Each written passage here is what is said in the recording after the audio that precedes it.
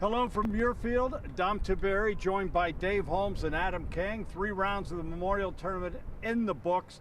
22 golfers within what? Three. Within 3 shots. 3 shots, yeah. 21, and I want to say 41 within 5 shots. 5 shots. And here's the bottom line: we've got a 3-way tie for first place. Rory McIlroy, David Lipsky, and your guy. Who, Siwoo Kim? Yeah, I thought you'd picked him. No, I did not pick Siwoo Kim. And by the way, that is quick. Thunder you're hearing behind you. Yeah, this is going to be a quick one here for the web because it is rolling in. We saw some lightning out the distance. We are safe, but it's going the other way. Yeah, but it is some rumbles here. Yeah, it's shaping up to be one of the more fun memorials. I was joking that we're not going to have a 6 o'clock newscast tomorrow because this thing is destined to go to a playoff when you have this jammed of a field. But it's a lot of fun though because Rory McIlroy is by far the player with the most pedigree at the top. But the thing about golf, it's not like tennis, it's not like football or basketball. You cannot physically stop your opponent from doing something. So if someone shoots 6'6", if Victor Hovland shoots 67, if John Rahm goes low, I mean, if any of these guys shoot 65 or 6 in the earlier groups, they're going to win the tournament. And Adam, guys going backwards today. You know, you think about Lipsky at one point had an 8-shot lead. At one point, Hideki Matsuyama was at 9 under, and then they go backwards. And all of a sudden, you've got the 3 at 6. You got 5 guys at 5 under, including your guy, Victor Hovland, who, by the way, folks, chipped in out of the bunker on what hole was it? That was on 16. Yeah, 16. And so... any Victor Hovland trivia, I'm ready. Yeah, you ready? So this is the president of the Victor Hovland fan club. But we haven't taken votes yet, but I think I'm going to win that award. He's not only the president, he's also a client. I will say this. I've seen 3 holes of Victor Hovland this tournament. He has bogeyed all 3. So I refuse to watch any of Hovland tomorrow. Well, you've been the kiss of death for some guys. I'm telling. That's very true. You know, when you look at this tournament, Lipsky he was up 3. It looked like, well, first off, through 5 holes, it looked like this was Matsuyama's tournament. It looked like we were done, pack it in. And then he spit the bit huge. Whatever, yes. Triple bogey on 12. Well, that was following bogey on 8, 9, and 10. Yeah. Looked like me out on that course. Yeah. And I'll tell you, this is, and I said this to Dave, one of the most exciting Sundays I can remember getting ready for the Memorial Tournament. I mean, if you are a big name in golf fan, you've got Rory, you've got Patrick Cantlay, you've got Victor Hovland. If you are a fan of playoffs, you've got just a bunch of people packed in. And I'm with Dave. If in my Victor Hovland fan club, if you said, what am I most worried about? I wouldn't say it's Rory. I wouldn't say it's any of the guys at 6 under. I'm worried about some guy tomorrow, 3 under, 2 under, going out and setting the bar really low. I think 9 under is going to win this tournament. And you're going to get an easier course again in the morning. Well, you know, which is interesting because we were talking the other day. We thought I thought 12, 13 under would win it, and I'm beginning to think it could be single digit. I will say this though, the weather is going to improve tomorrow.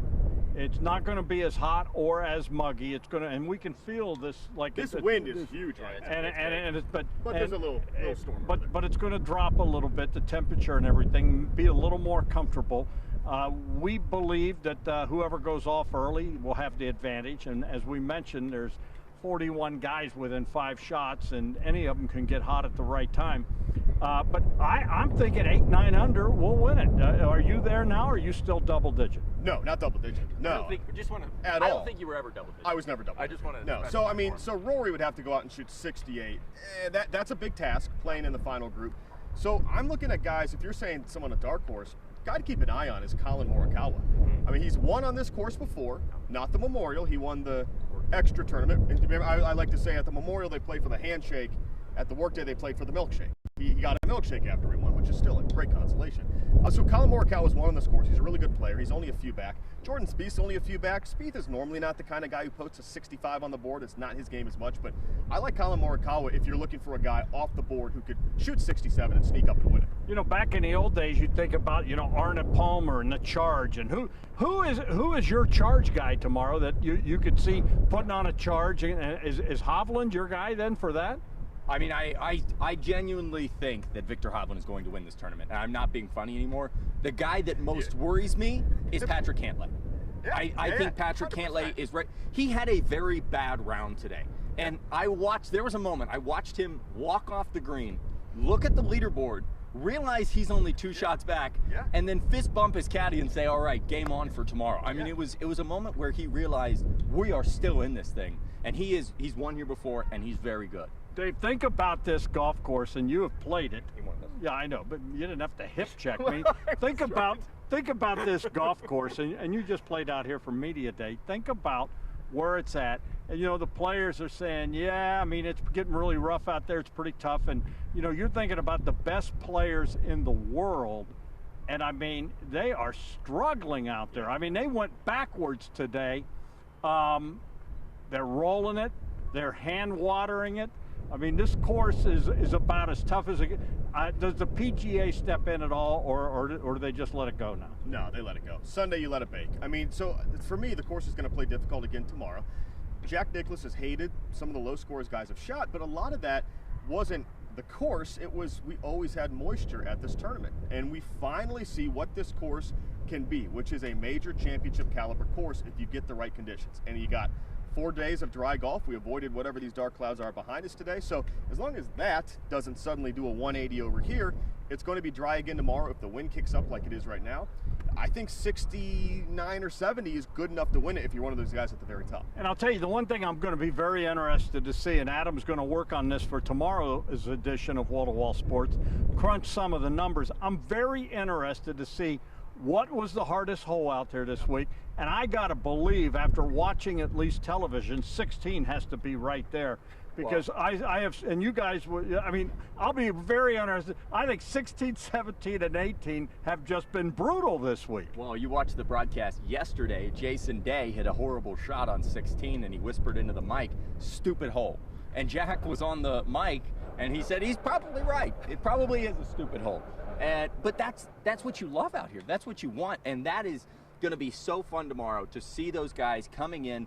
I mean, the amount of guys that bogeyed down the stretch there, look at Lipsky. He'd have a 2-shot lead if 16, 17, 18 didn't exist. So do you, right now, if we're because we'll find out tomorrow when the final round's done and everything, and the pen placements are always tough on Sunday. Standing here right now, what do you think has been the toughest course? I just think from watching TV, 16's got to be right there. I think it's probably going to end up being 18. I think I've seen a lot of guys bogey 18, but I think 16 could be right there and take that. What do you think, Dave? Yeah, I mean, it's probably 18. I mean, as a golfer myself, 16 from where they play it, that is a par 3 trapped in a par 4's body. They're playing it now well over 200 yards back there with a lake in the middle. I mean, for me, that's a 2-shot hole. We hit 7-iron off the tee. We lay it out in the fairway. We leave ourselves a good 60-yard approach, and we make our 4. So yeah, I think 16 I would be the most afraid of, but 18 with the false front, and tomorrow they're going to put the pin back there, I'm sure, in the back left. I mean, it's a really, really hard one. You know, I think about some of the things that have happened over the years here at Muirfield. I remember when Jack had the furrowed rakes. I don't know if you guys remember that. Yeah. But they had these, you know, how everything's nice and smooth. Yeah. Well, he wanted to make being in the bunker a real penalty. Yeah. And so the rakes, when they would rake them, it was this wide, so you had get some grooves. You had grooves. There was somebody that had that problem today on 7. I can't remember off the top. It might have been Jaeger. He was yelling about how his lie was in the middle of the Well, he rake. wouldn't have liked it back in the 80s and 90s when they did that experiment. Back then it looked like the shore at low tide. Oh my goodness. But that's what makes this course so fun. That's the best part, is that he doesn't. Jack wants to make it hard. He doesn't want these guys. That's fun. Well, the one thing he said all along is he just doesn't want guys to get up there and just be able to rip it. He wants them to be able to think their way around the golf course. Rory McIlroy has said that. And Jack said something interesting towards the end of the broadcast today. He said, I think Rory was playing catch-up after he, triple bogeyed 18 in the first round and playing catch. Now he's back, and now he's there. And he said, I am sure he'll go out and play smart. And the interview you ran at 6 with Rory saying, hey, I've been here. I like his confidence. He said, I've been here, and I think that gives me an advantage. Yeah, it was interesting. On Thursday, he talked about how he's been battling his swing since December, and he said it's still months away from where I want it to be. But it's been really, really good, because outside of one bad break on 18 where his ball had an ugly lie right by the trap, he's been the best player in the field by far. So tomorrow he needs to shoot 68, gets the job done, no doubt. 69 or 70, he's probably going to be at least in a playoff. So if he plays one more solid round of golf, he's going to be the biggest champion we've seen here since a guy named Tiger. All right, before we go, you picked Scotty Scheffler to win. At the beginning of the tournament. Yep. Who wins now? Now I would take Rory if I'm taking, but I would still take the field over Rory. I still don't think he's but a you got to runaway pick favorite. one. We're going to pick one. Yeah, I'll take Rory, even though I think that's a cheap pick because he's the best player at the top. Who do you like? Like I need to ask. You Yeah, picked in the beginning who? obviously. Victor Hovland? Yeah, that's his guy. And you're staying there. Oh, you think I'm jumping ship when he's one back? Dom, here's the deal. There is not enough pavement in the world for the victory lap this guy will take Oh to my win. gosh. Oh. If Victor Hovland Like the wins time he this beat you tournament. in Papa Shot. I just Yeah, Oh didn't my like that. gosh, Yeah. it'll be worse than that. Yep. So, anyways, I picked John Rahm to win. I out of it. still think he has an outside chance. Not But out if of I had to pick someone right now, I think I would also go with Rory. He's been there, and he really wants to win this. Surprised you didn't go with Cantlay. Well, he really wants to win This this. is one of that's the true. biggest He events really Rory wa- hasn't won. Yeah, That's he true. wants to get that. He and Jack are very close. He's talked about that. Jack said he loved him, and so I think this is the one he wants to get. All right, keep it on 10 TV all weekend long. Coming up tonight, wall-to-wall sports. We will be broadcasting from here at Muirfield Village. Dave and I will be joined by Andy Montgomery from the Kinsale Golf and Fitness Club. We'll break it down. Adam has got a one-on-one interview with Aaron Portzline, who covers the Blue Jackets for the Athletic. He will have the latest on Mike Babcock, who looks like he's going to be the next coach of the Blue Jackets. So tonight, wall-to-wall sports. Join us at 11 for a wrap from here at Muirfield. And, of course, we'll be back tomorrow for the final round. For Dave Holmes and Adam King, I'm Dom Taveri. Thanks for watching, and we'll see you tonight.